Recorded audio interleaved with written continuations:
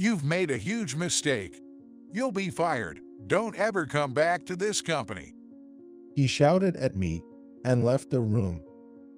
So, I'm getting fired, huh?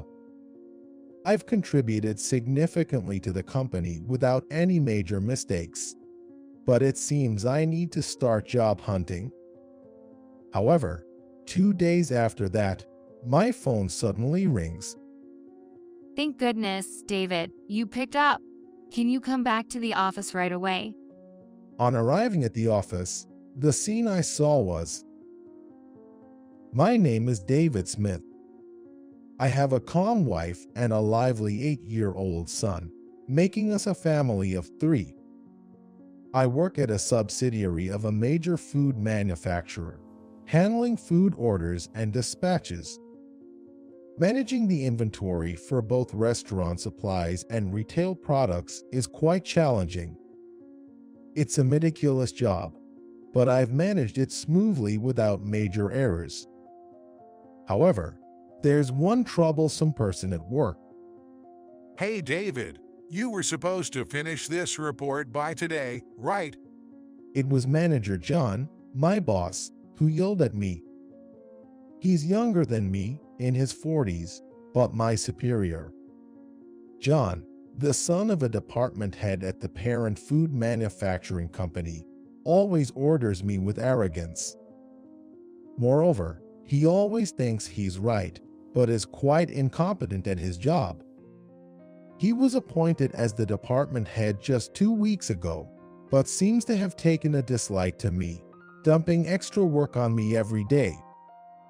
After you finish that, start on this report too. Hurry up. Yes, sir. Understood. Take the initiative before your boss has to tell you. You're really clueless. John threw a stack of papers on my desk and left the room. As I started gathering the scattered papers, I overheard my colleagues whispering. I didn't mean to listen, but being in the same room, I couldn't help it. John is always so hard on David. David's work is meticulous and error-free. I wonder why. But David seems out of it. At his age, still no title? Maybe he's not interested in climbing the corporate ladder. Yea, with his attitude, it seems hard for him to advance. He just smiles off when John yells at him. While hearing my colleagues chuckling, I sighed. Well, just say whatever you like. I'm just doing my job my way. While thinking that doing my role is my way, I continued working on the tasks assigned by John. However, one day, as I was working as usual, my colleague suddenly started panicking. She was sweating and repeatedly apologizing while on the phone. I wondered what was happening, and as she hung up, she came towards me.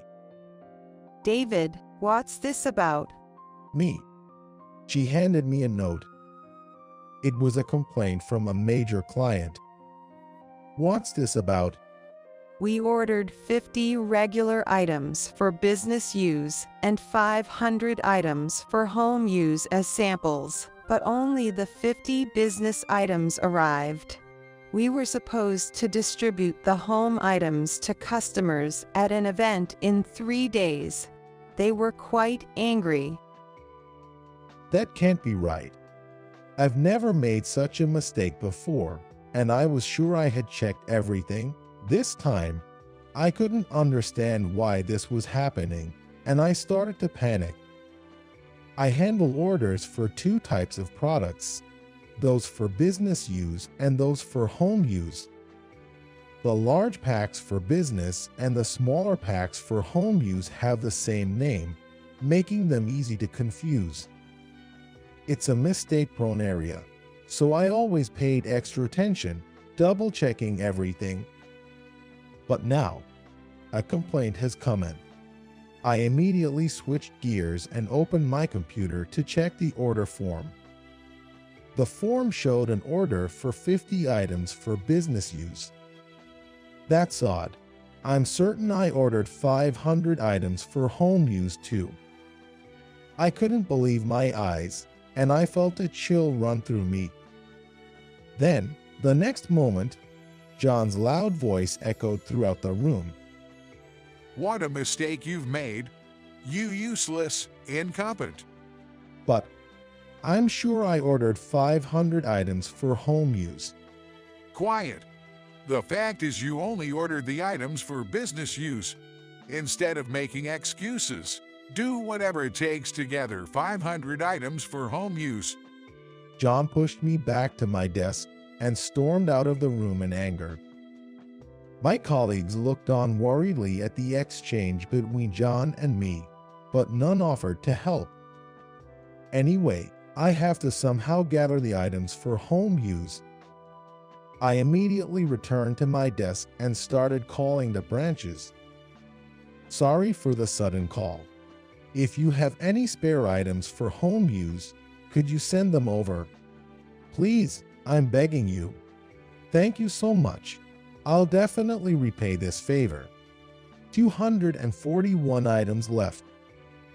Only 3 days until the event our client was participating in. Could I possibly get 500 items in time? No time to doubt. Just do whatever I can now. I kept making calls, addressing the situation. I'm terribly sorry. Yes, thank you very much. I kept asking them, checking for any available stock. Even if there was just one item, I drove out myself to pick it up. 71 items left. And then, the day before the event, I held the boxes filled with items tightly, said thank you sincerely. Thank you so much for this. I'm truly grateful.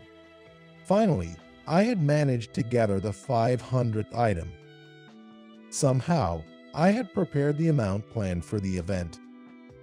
I immediately went to deliver them to the client, but the person in charge looked down at me with eyes full of anger. What's going on? We've had a long relationship with your company, but we've never had such an experience. I'm sorry, but we can't trust you anymore. Our business relationship is over. The client took the products and slammed the door in my face. I slumped for a while, but then slowly made my way back to the office. I had done everything I could. But upon returning, there was John, arms crossed, looking furious, waiting for me. You made an unbelievable mistake this time. Such repeated errors affect the company's reputation. You'll be fired. Leave now. Don't ever come back to this company. He yelled and left the room. I trudged back to my desk, head hung low. So, I'm getting fired, huh? My mistake has caused trouble for the company. I've contributed to the company without major mistakes until now, but it seems I need to find a new job. It will be hard at my age, and without having advanced much in my career. What should I tell my wife and son when I get home? Filled with anxiety, I packed up my belongings. After the end of the workday, I apologized to my colleagues and left. I'm sorry for the inconvenience I've caused. Thanks for your hard work. I'll be leaving now. With a heavy heart and apologies, I left the offices. Using the remaining paid leave, that's all I have to do at the company. These last 3 days have been exhausting. I rotated my neck and shoulders, hearing them crack. How should I explain this to my wife and son? Will they be disappointed or give up on me as a failure? No, they'll greet me with a smile as usual. Considering my family's nature, they probably won't blame me. But that thought somehow felt even harder to bear. Hesitantly, I walked towards home, which was just around the corner. I'm home. Welcome back. Dad. You're late. Oh, you look pale. Did something happen? As I held my son, who energetically jumped at me, I just nodded with a smile to my wife's question. Yay, a little bit. I'll talk about it later. All right, let's have dinner once you're changed. I slowly headed to my room. My wife and son, true to my farts, welcomed me with smiles. That made it even harder to figure out what to say. Anyway, I'll talk after dinner. I braced myself and returned to the living room, where my wife and son were waiting. Let's eat. Let's eat. So, what happened? You seem down. Dad, did something happen? Their concerned voices made my heart pound. But I couldn't keep it hidden forever. Taking a deep breath, I began to speak. I'm sorry, both of you. It looks like I'll be fired from my job. Hearing my words, my wife's eyes widened in shock, speechless. But my son was the one who reacted loudly. Awesome. Then Dad, you don't have to go to work, right? Yes, I'll be home for a while. Yeah. Let's go to the amusement park then. I've been wanting to go. My son looked at me with a big grin. His unexpected reaction left me just staring back at him. Then my wife began to laugh softly. That's a great idea. You've been so busy lately. It'll be good for you to relax. I'm happy you'll be at home with us. Their responses left me speechless. But at the same time, I felt incredibly relieved. Really, they don't blame me for being fired. I can stay at home for a while. I realized we hadn't gone on a trip since my son grew up. I had left all the child care and housework to my wife, so maybe this time together was a good thing. I thought to myself and smiled at them. That's right. Let's go to the amusement park this weekend when school's out. Yay! You promise, Dad. I'm looking forward to it. The living room is filled with my family's happy voices. What a warm dinner table it was. I felt lucky to have such happy moments. Relieved a little, I continued my meal. But the next morning, after taking paid leave, my phone suddenly rang. It was a colleague from the company. What could it be? Did I make another mistake? Feeling a bit anxious, I answered the phone. Hello, this is David. Thank goodness, David, you're there. I'm sorry to bother you during your vacation, but can you come to the office right away? Does this mean there's a problem? I'm sorry, I can't discuss it over the phone, but please come back as soon as you can. Understood. I'll be there shortly. Urged by my colleague's rushed voice, I quickly got ready. My wife looked at me curiously. What's up? Did the office call? Yay, they called me in. I'll go and check. I arrived at the office 40 minutes after the call. Heading to my department, a colleague hurried over to me. David, thank goodness you're here. Please come with me quickly. Following my colleague, as he hurriedly ran, I tilted my head in confusion. Why such a rush? What could have happened? Then, as we ran, my colleague began to explain the situation to me. According to him, the next morning after I was told fired, the CEO of the company, with a changed complexion, came to our department, visibly angry. Why is he not here? Explain this to me. Are you referring to David? We don't need someone like him. John, who was there, tried to calm the CEO, but the CEO became even angrier. What are you saying? Just call David back here. Then, they contacted me. I was puzzled by my colleague's story, but I was told fired already. My colleague looked as confused as I was. When we arrived, the CEO and a sullen John were waiting. Oh, David, good to have you back. But I was told that you'll be fired. The CEO looked surprised, but then relaxed and laughed heartily. There's no way we'd fire you. Without you, who would manage the contacts for this company? He showed me his computer screen, displaying the order page for our products.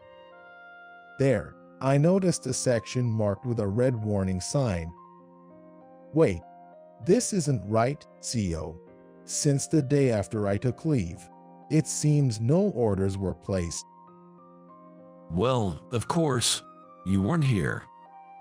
Why wouldn't orders be placed if I'm not here? Because that's a job only you can do. The CEO then handed John a note. John, can you place this order? Understood. John took the note and moved to the computer.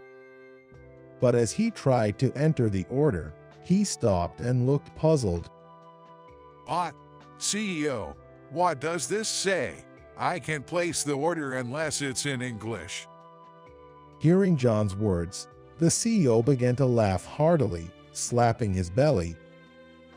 So, David, can you take the order from the memo John has?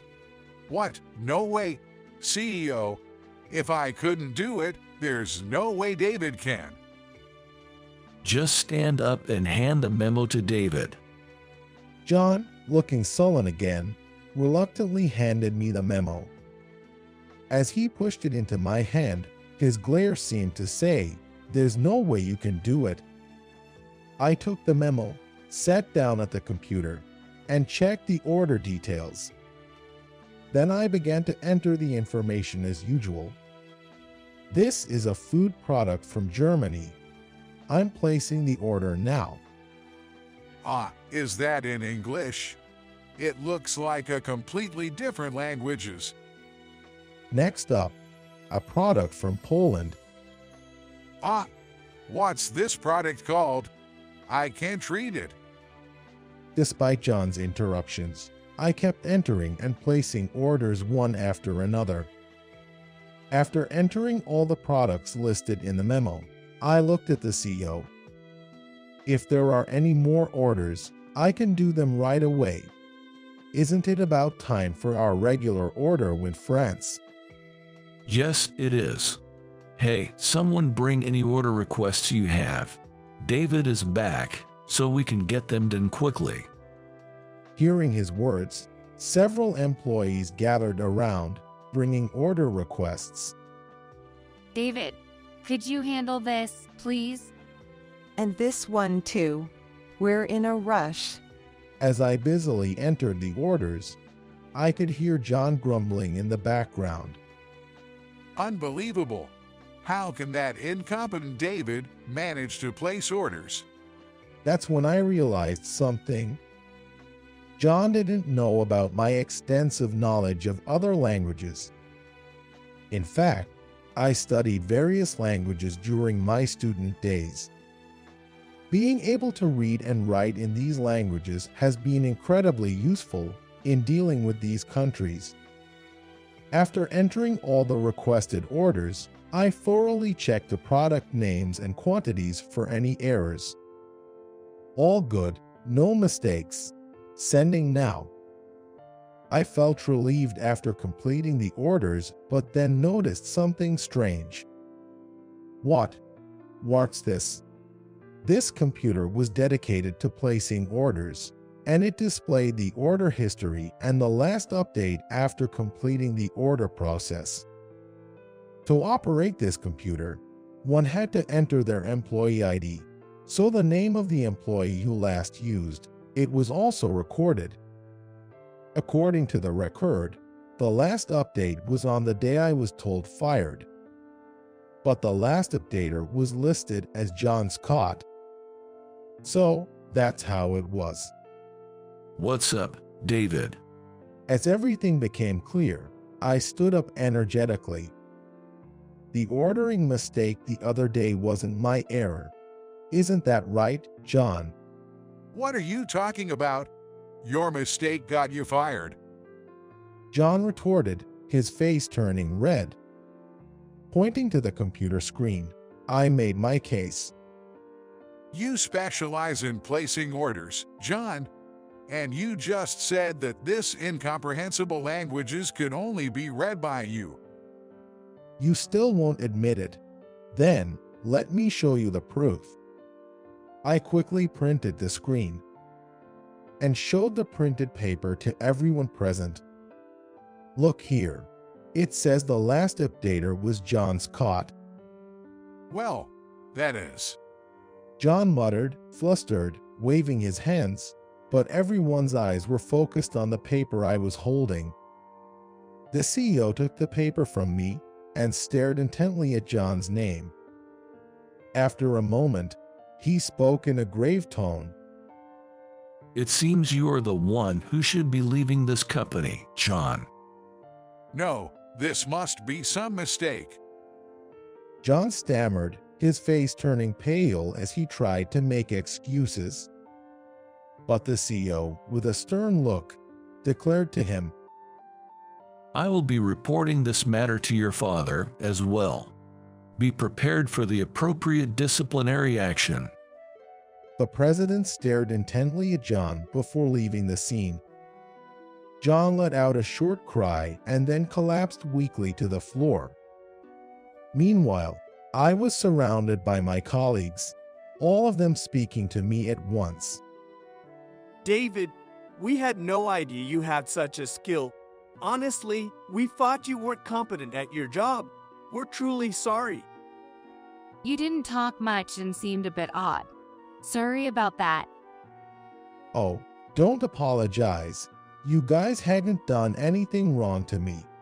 Besides, it looks like I'll still be able to work at this company, so let's keep up the good work together. I replied lightly to my colleagues. Seeing their relieved faces made me feel relaxed and reassured. This way, I proved I hadn't made a mistake and safely returned home. When I told my wife and son that I would be returning to work, they were overjoyed. A few days later, while I was still using my paid leave, my phone rang again. It was the CEO. Sorry to bother you during your time off. Actually, one of our clients called. They insisted me pass a message to you. It's okay. What's up? Well, after the mix-up with the order, the client contacted us, wondering if it really was your mistake. They remembered how diligently you'd handled our dealings in the past, and suspected there might have been a misunderstanding. Oh, I see. I said, recalling those times.